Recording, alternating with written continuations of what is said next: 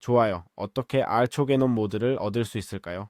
5년 모드잼을 위해 소개된 매우 흥미로운 모드입니다. 이 모드는 사용자가 마인크래프트의 다양한 모드들의 능력을 가질 수 있도록 유전적으로 수정하는 역할을 해요. 알겠죠?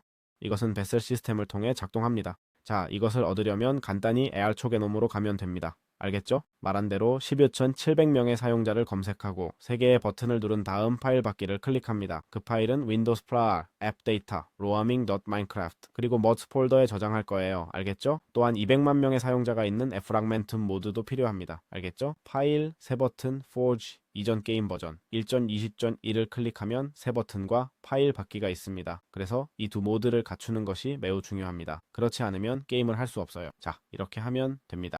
좋아요. 마인크래프트에서 아카게넘으로 몹의 용기를 어떻게 얻을 수 있을까요?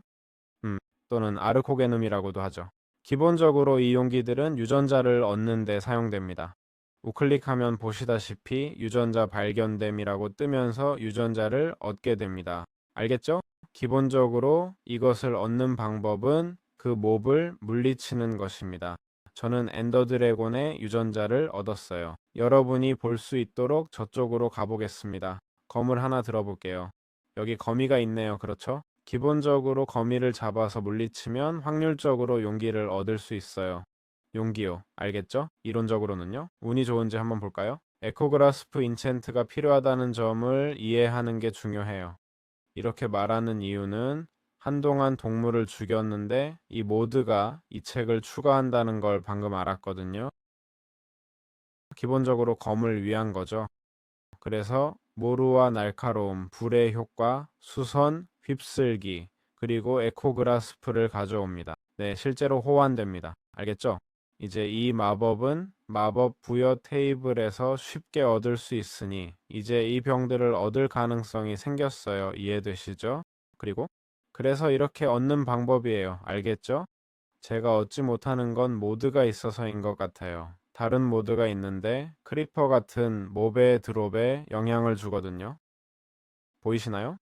크리퍼들이 희귀 아이템으로 이 카드들을 줍니다. 아마도 이 다른 모드가 아르코게눔의 호환성에 영향을 주는 것 같아요. 알겠죠? 하지만 괜찮아요. 방법은 이거니까 걱정하지 말고 정말 간단해요. 다만 주의하셔야 할 점은 몹 드롭을 변경하는 다른 모드가 있으면 이 모드의 드롭을 가로챌 수 있다는 거예요. 그러니 이 점을 명심하세요.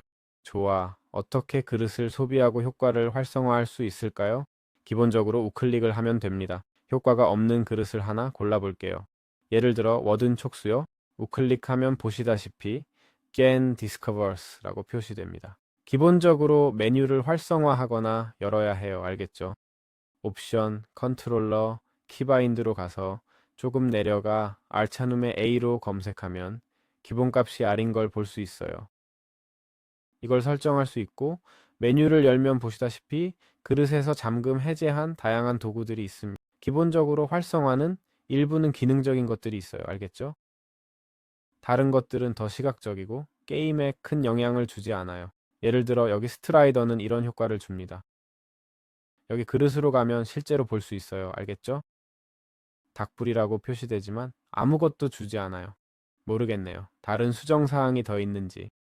보세요. 워든 촉수는 복잡성과 대사 효율에 영향을 주어 긍정적인 효과를 줍니다.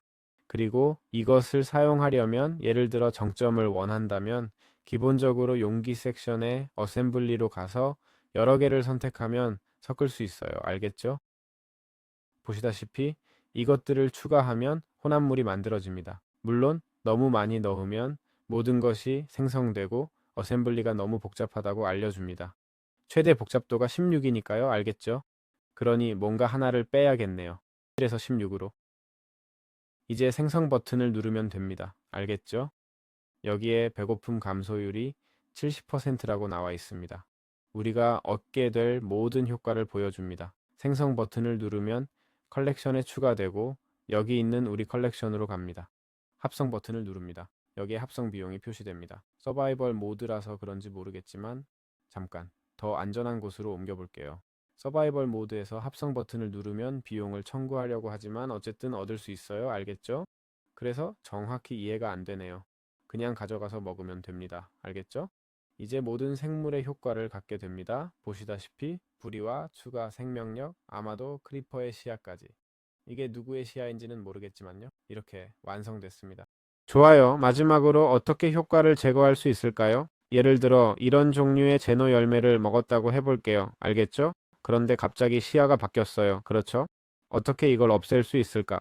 재미있는 건 이 시야가 특정 모드에서만 유지된다는 거예요.